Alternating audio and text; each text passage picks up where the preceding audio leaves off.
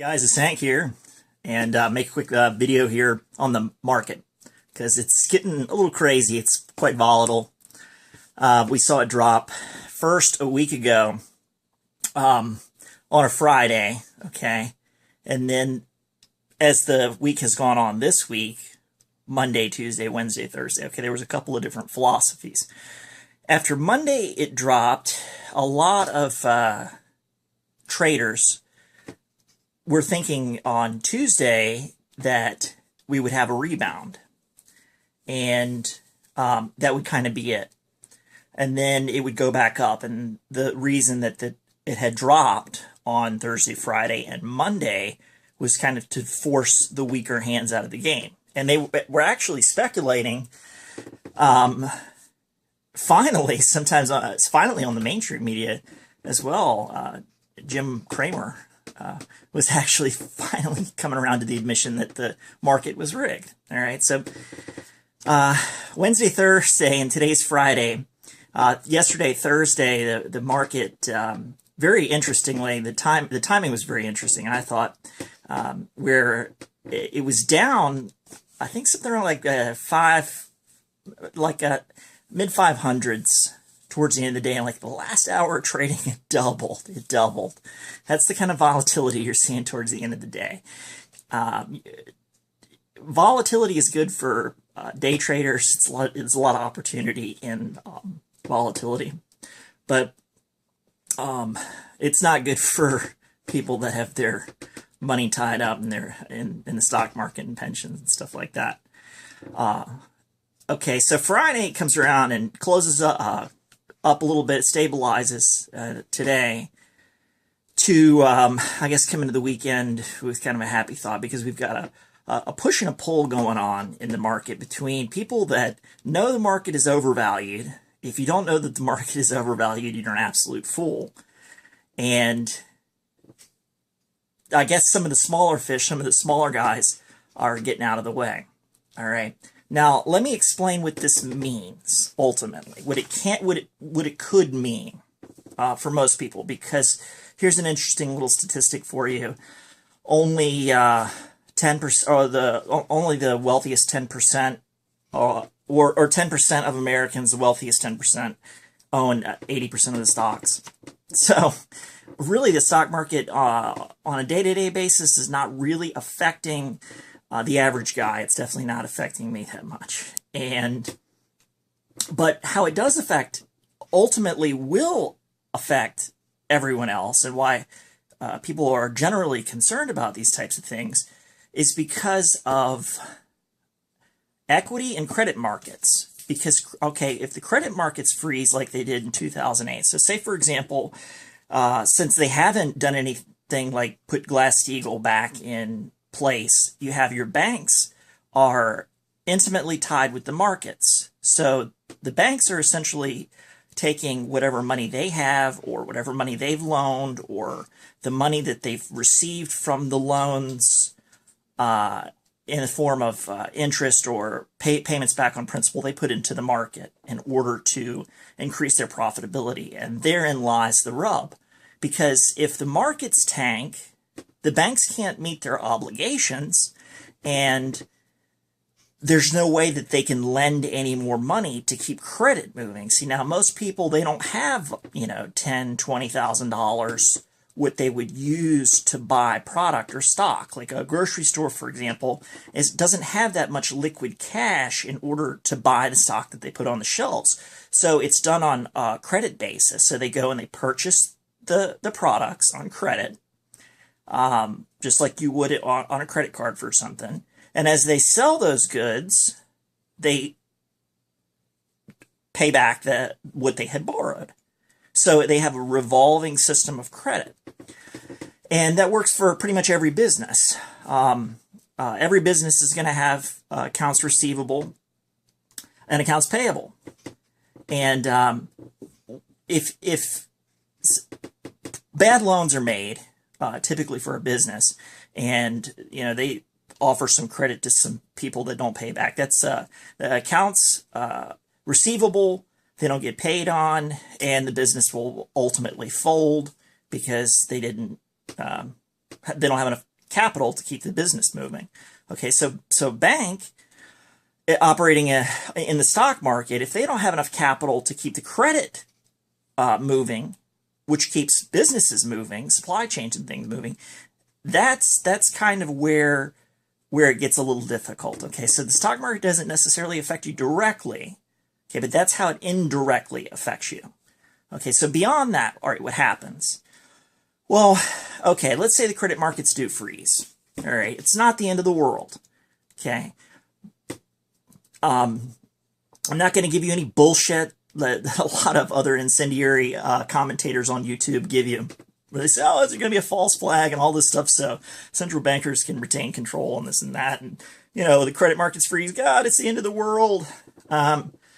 No, supply chains definitely can be stressed for sure if the credit markets freeze. If a trucker can't get fuel to move the goods, if the goods can't be put on the shelves, there can be little hang-ups in goods. You may not be able to get fuel for your car, you know, because the deliveries can't be made to the fuel stations. The revolving credit is not working for your local gas station. So, yeah, things could get a little tight in that respect. You might not be, well, you definitely wouldn't be able to get a loan. So what happens in the direct aftermath, and how would they solve this problem? Well, you can solve the problem quite simply. They would essentially call a debt jubilee and say that the central bank is bust, okay, because the central bank is the one that is responsible for managing our monetary system. That was supposedly the trade-off made back in the day that's now made us all debt slaves. Okay, that was what their responsibility was to manage the money, or the supply of money supply.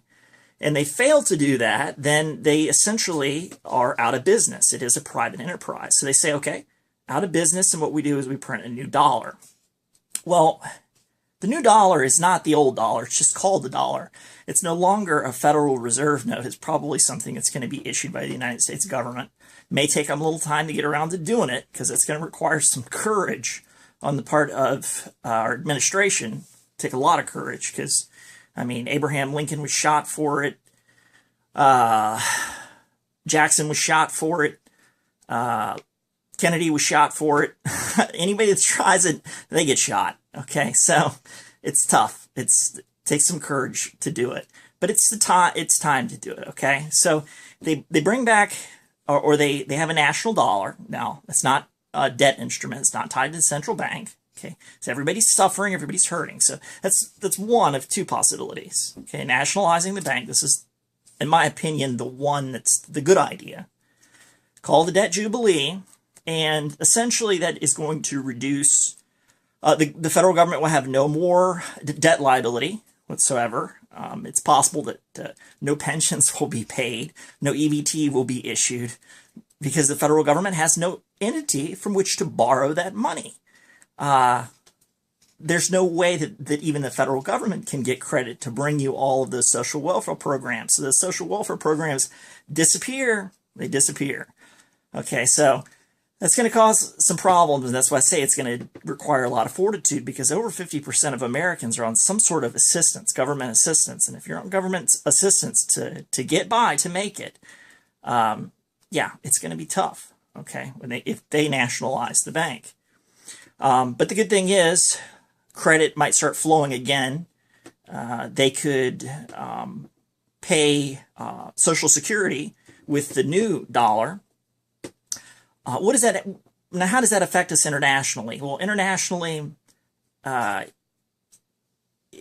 it's going to downgrade the credit rating of the United States, because any other entities that have loaned the United States any money, say, for example, Saudi Arabia, they're going to be up shit creek. China has significant investments in treasury bills. So anybody that's owns a significant amount of treasury bills.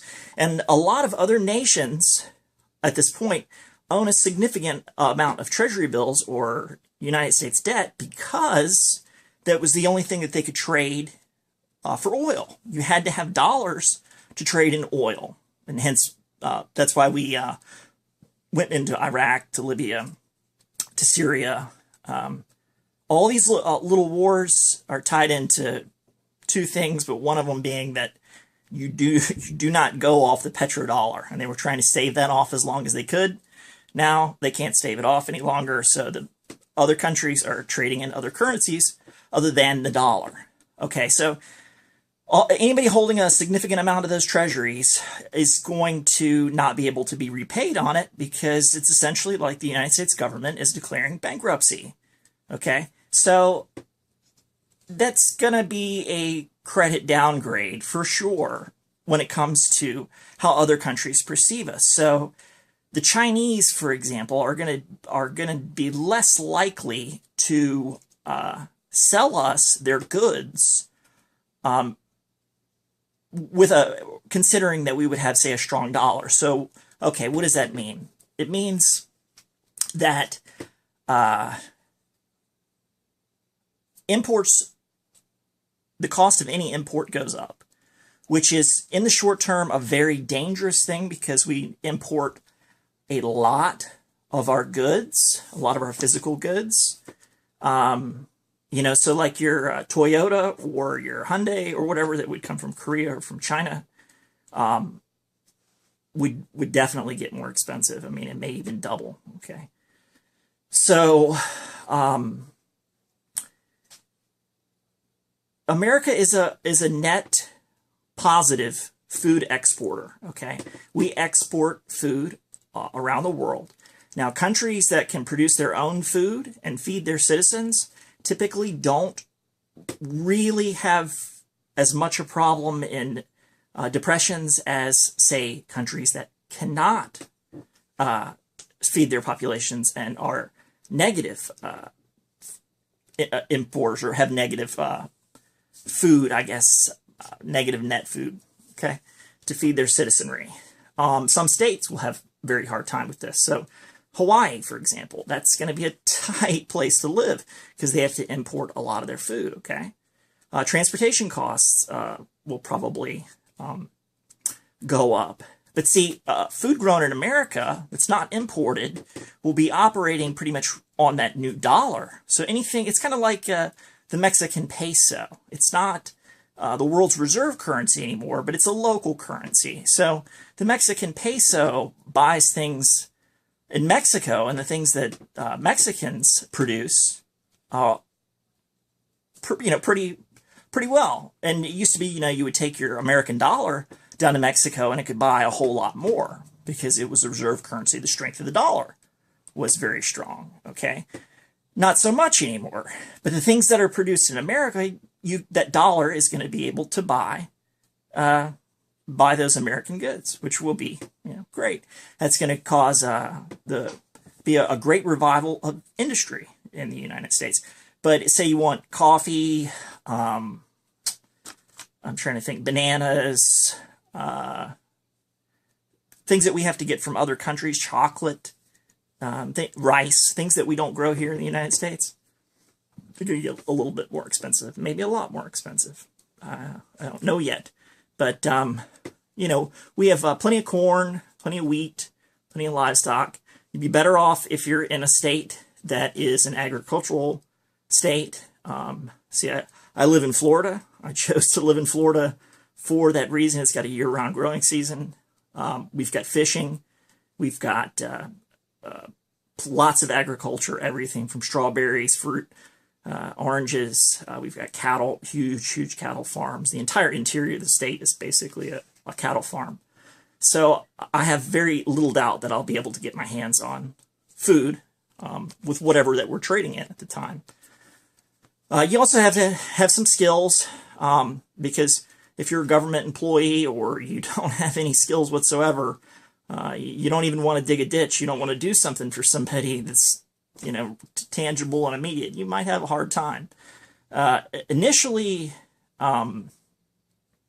the trades are going to take a hit, of course. Housing, construction, it always takes a hit first. So anything that's related to that is going to take the hit first. Okay. All right. Well, next thing. Well, that's one of a couple of different things that could happen. And in my opinion, that would be the best thing that would happen. And it would allow the United States to regain its superpower status as an industrial producer. It's just going to take a little time to retool everything for that. It's going to be hard for a little while, but we'll get back on track. Okay, and there'll be a lot of opportunity there. A lot of opportunity. But if you can't feed yourself right now and you're on welfare program, oh boy, hopefully there's a soup line for you to stand in, because that's where it's going to be. It's not going to be EBT. I don't think they're going to pay those types of things. Now, Social Security for the elderly and for the disabled and for the veterans, that's a great way to recapitalize the economy.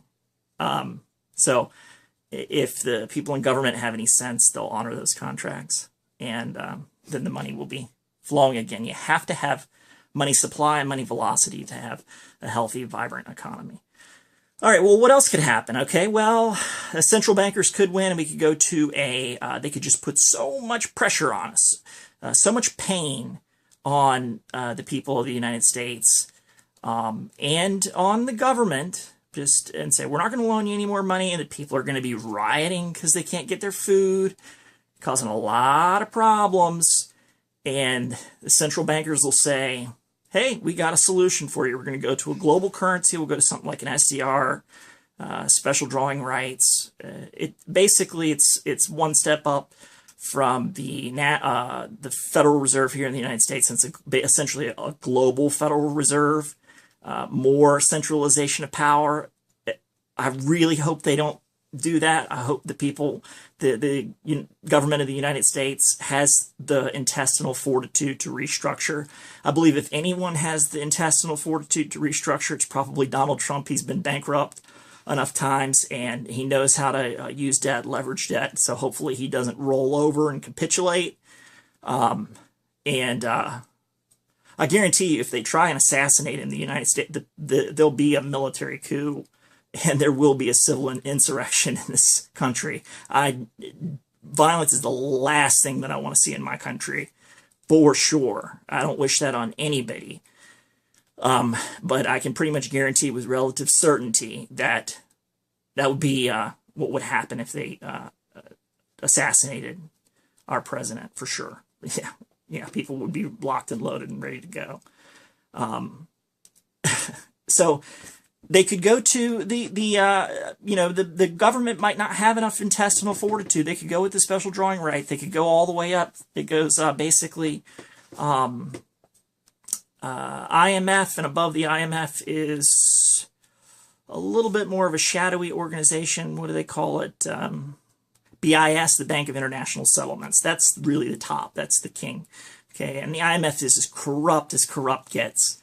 And if you think the Bank of International Settlements is any better, you're dead wrong. They're corrupt as corrupt gets. So they'd be the one lending the money at that point, saying, okay, we're now managing your money system. They lend as much money to the federal government. They absorb the debt, the old debt. Again, it's just a fiat system. They're creating the money out of thin air. It's just who has the weapons, the power, who owns who's got the blackmail files on people, basically. That's going to determine, all right, what path is going to go on. The third, there's another way it can go to. It can go into complete systemic collapse, where nothing is done at all. No Bank of International Settlement, no debt jubilee, no nationalization of the bank. Just let the chips fall where they may, and complete chaos ensues.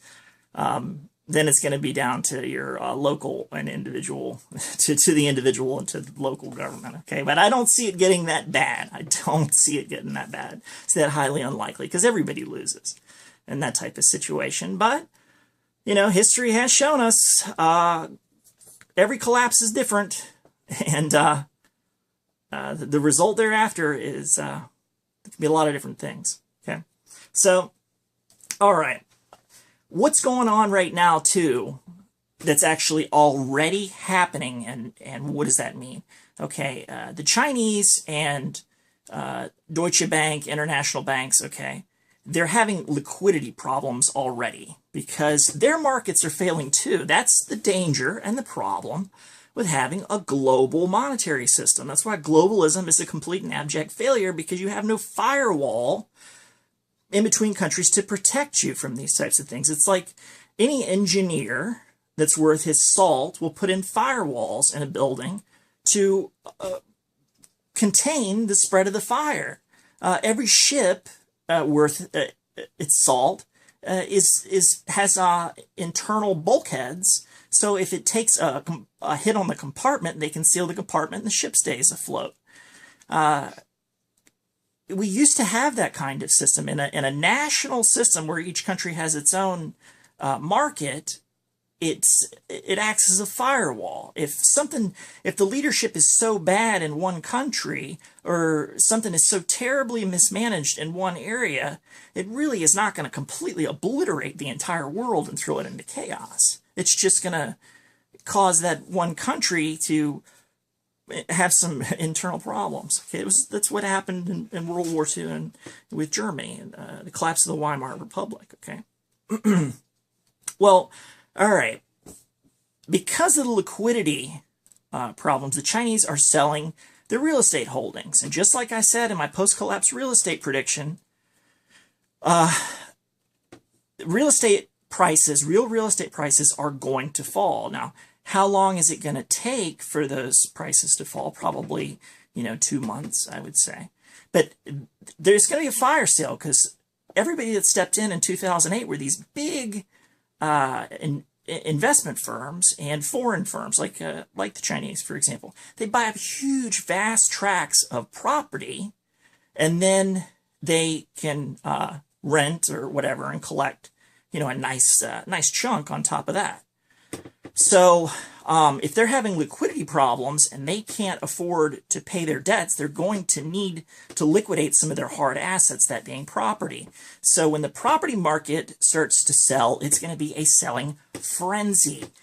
Because they can't, if it were up to the Chinese, if it were up to the seller, it would be a controlled sell-off in order for them to get the best price that they could, or they can. But when the time's up, time's up. And the faster you get out, the better off you are. So everybody's property values fall. And so that means that anybody that just bought property, like last year or whatever at the top of the market, things I've been saying, hey, it's a friggin' scam, don't do it. They're going to be underwater. And what does that mean? They're underwater. It means they might have bought their house at, $300,000, $320,000, and all of a sudden it's worth half that. Okay. So there are going to be excellent opportunities for people like me that have been waiting and waiting and waiting to get into the property market. If I can get credit, if the credit market doesn't freeze. But even if it does, there'll be some alternative. There'll be some kind of credit that eventually will come back online. And basically the air is being let out of the bubble in the property market. And it gives you an opportunity to buy. And within a couple of months, and definitely by August, the property values will be down, I think, significantly. And you'll be able to buy in at the bottom of the market. And then as the market stabilizes and starts to rise again, you'll be just building nothing but equity in your home. So that'll be a great thing. But okay, what happens to people that have, they've borrowed against their house, they've taken out a second mortgage and all this type of thing. Well, they borrowed that money based on the idea that their property value would either continue to increase or that they would be able to pay it back, or they could sell the house and, still have a little bit of money left over. But well, if the value of that property drops significantly, then they're not going to be able to pursue that. They're going to be bankrupt. Okay, so a lot of people are going to go bankrupt just like they did in 2008. There's not going to be any money, any equity. They're not going to have any equity. Most people don't have very much equity anyway. Most Americans are completely 100% tapped out. All right, so what's another way that it can go? Okay, we could enter a hyperinflationary period.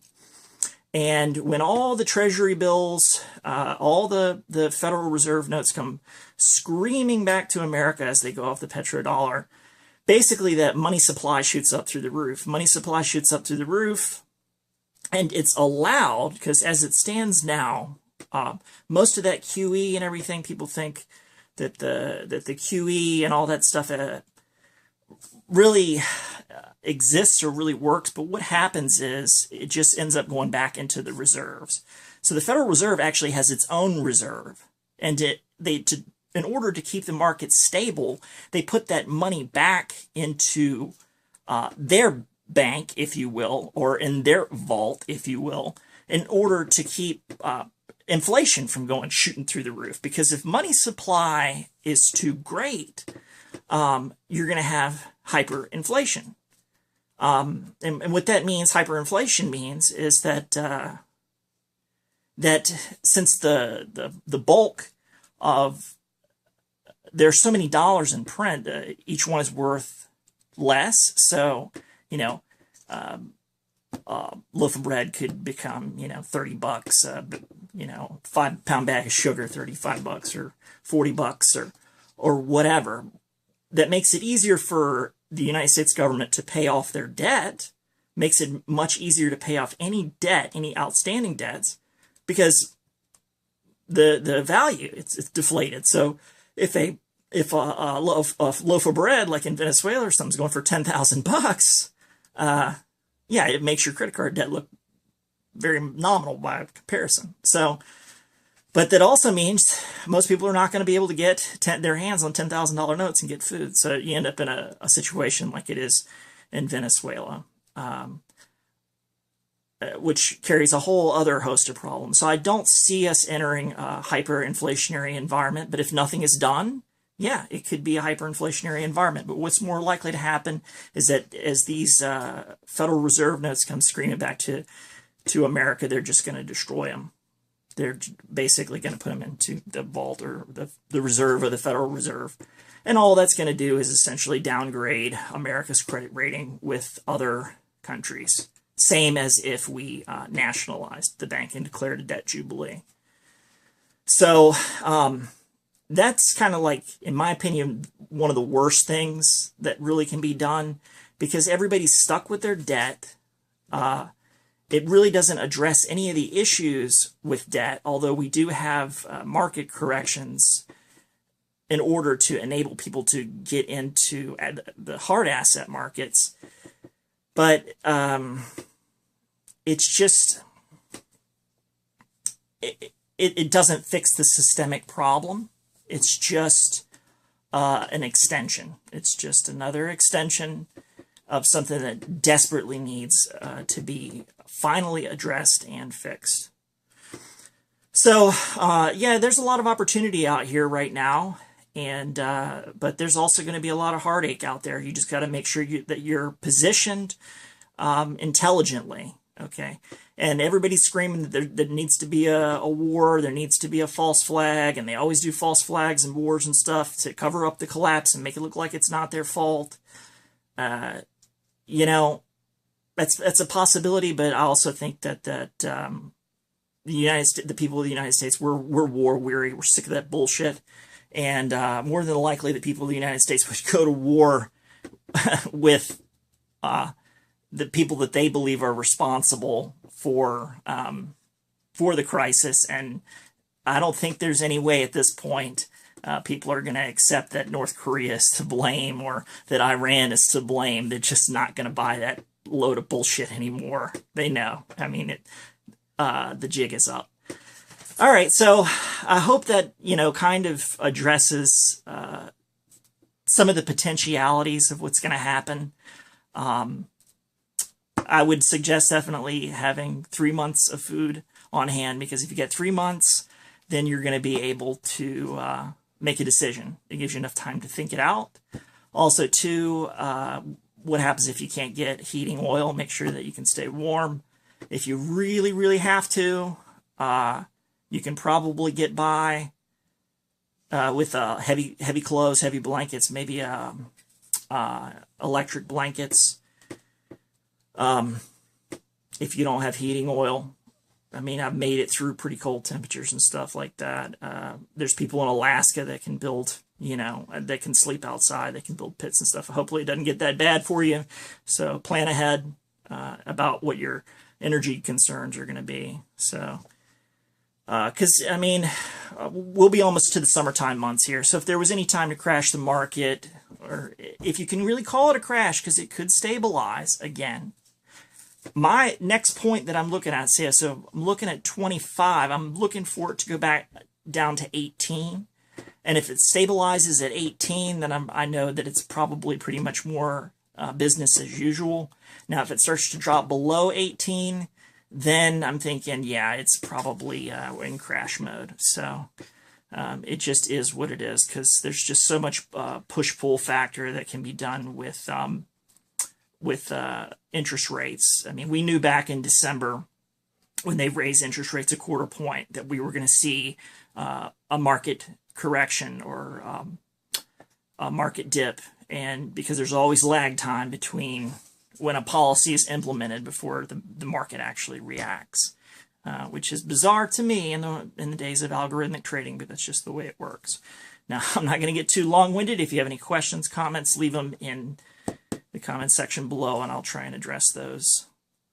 And it's been Hank. I'll catch you guys on the flip side.